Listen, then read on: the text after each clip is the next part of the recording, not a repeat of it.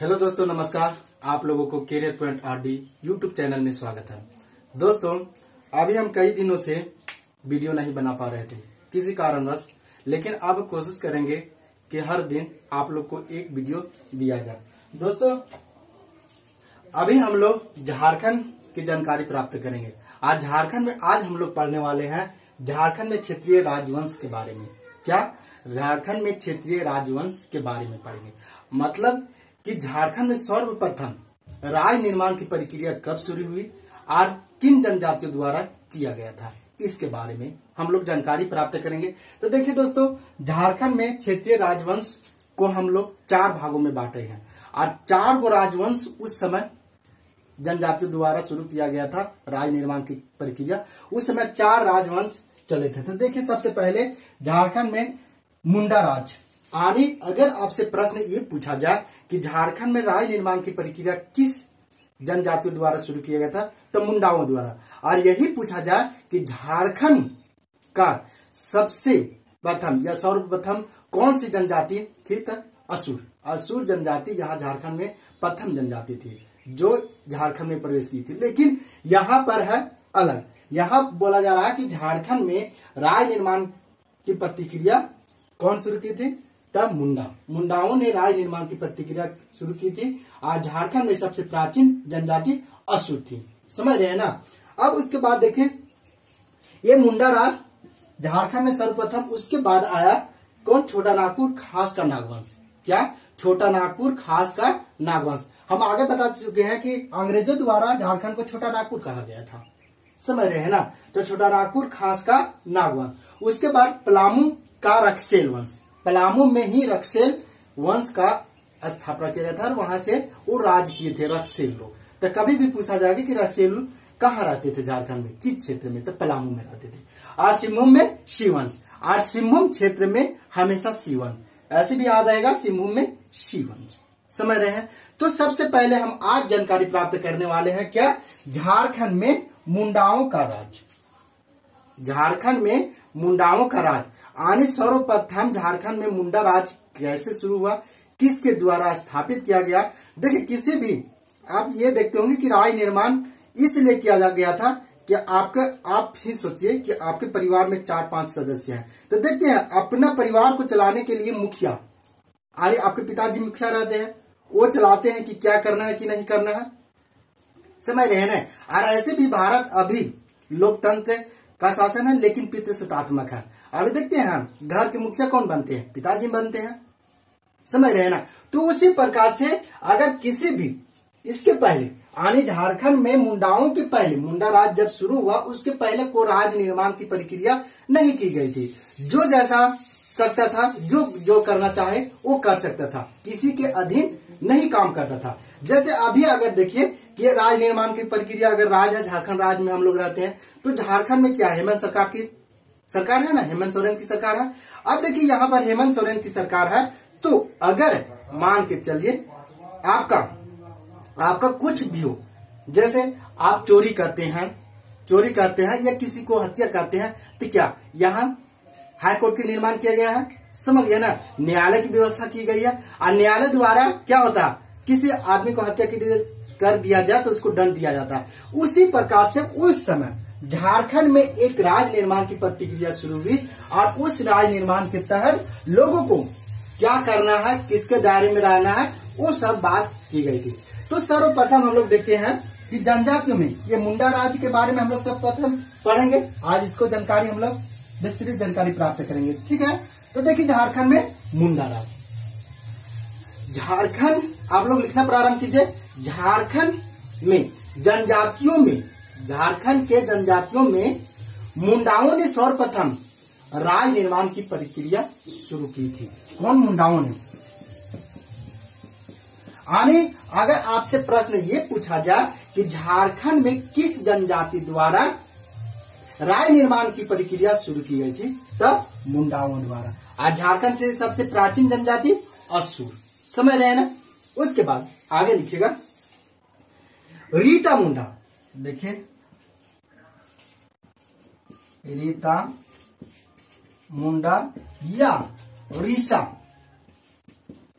मुंडा। रीता मुंडा बोलिए या रीसा मुंडा ने सर्वप्रथम झारखंड में राय निर्माण की प्रक्रिया को शुरू की थी। यानी इसके नेतृत्व में रीता मुंडा या रीसा मुंडा के नेतृत्व में झारखंड में राय निर्माण की प्रक्रिया शुरू की गई थी। तो ये कौन से जाति थे? मुंडा थे। समझ गए ना?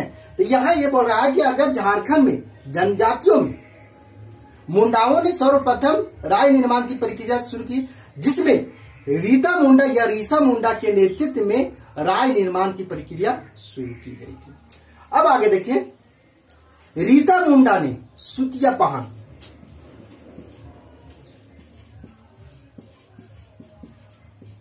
रीता मुंडा या बोलिए रीसा मुंडा, रीसा मुंडा ने सुतिया पहान को मुंडाओं का शासक नियुक्त किया। यानी इन मुंडाओं का शासक किसे नियुक्त किया है?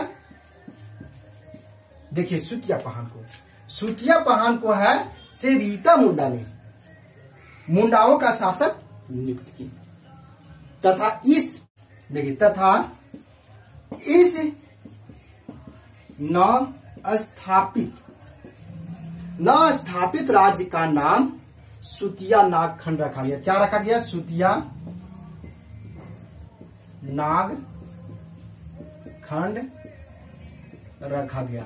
आने ये बोला गया है आपको कि झारखंड में जो प्रथम नव स्थापित राज्य का निर्माण किया जा रहा था, तो सुतिया पहान को शासक नियुक्त किया गया था। तो सुतिया नाग खंड, ये सुतिया पहान के नाम पर ही सुतिया नाग खंड राज्य का नाम रखा गया था।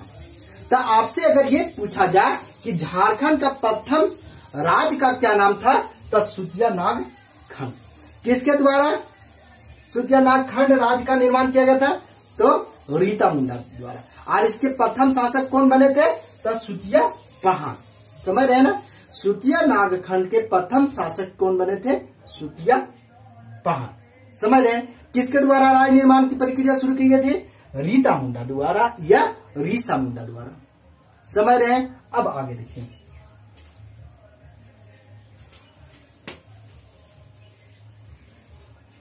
सुतिया नाग खंड नामक राज्य को सुतिया पहान ने, सुतिया पहान कौन है? इनके शासक है, यानी इस राज्य के राजा है। सुतिया नाग खंड के राजा कौन है? सुतिया पहान। तो सुतिया नाग खंड नामक राज्य के शासक सुतिया पहान ने अपने राज्य को 7 गढ़ों, देखिए 7 गढ़ों तथा 21 परगना में विभक्त किए थे। ये जरूर याद रखिएगा, ये पूछा गया कि सुतिया पहान ने अपने राज्य को कितने गढ़ों में विभक्त किए थे? तो 7 गढ़ों में विभक्त किए थे।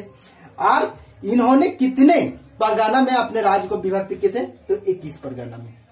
समझ रहे हैं ना? अब आगे देखिए, अब ये जो गढ़ है 7 गढ़ एग्जाम में पूछे जाते हैं। 7 गढ़ कौन कौन थे जो सुतिया पहान द्वारा निर्माण किया गया था? राज्य में गढ़ों का नाम दिया गया था। तो देखिए पहला में था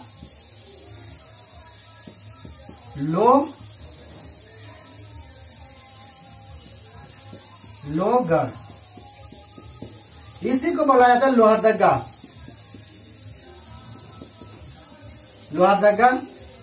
दूसरे में आपका है पालुनगढ़, ये है पलामू। तीसरा में आपका है हजारीबाग, ये तो हजारीबाग ही है। चौथा में आपका है सिंहगढ़ आनी सिंहभूम। पांचवा में आपका है मानगढ़, इसे मानभूम।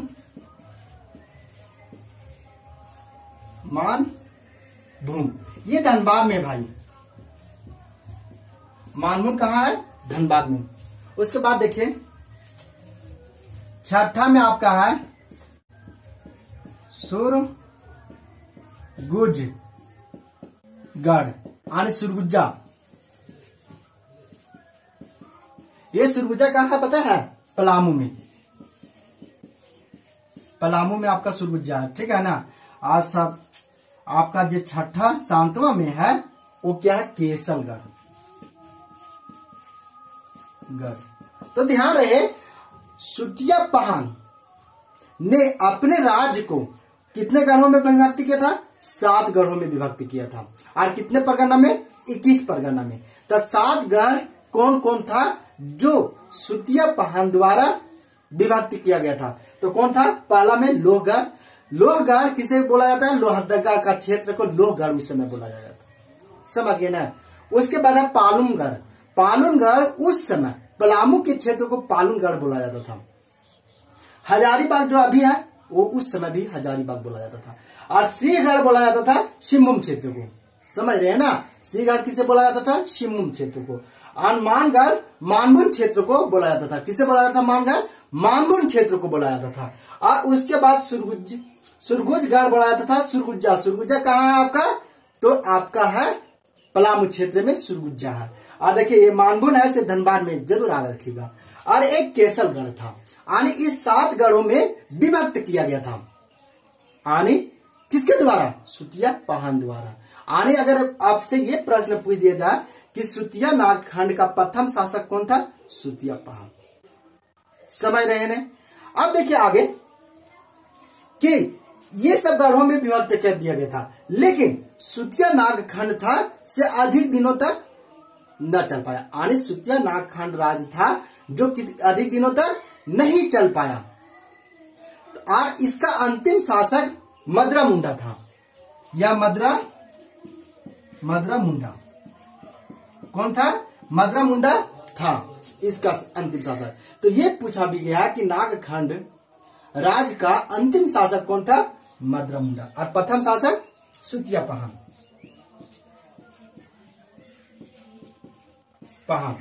तो देखिए दोस्तों, इस तरह से मुंडा, झारखंड में मुंडा राज समाप्त हो गई।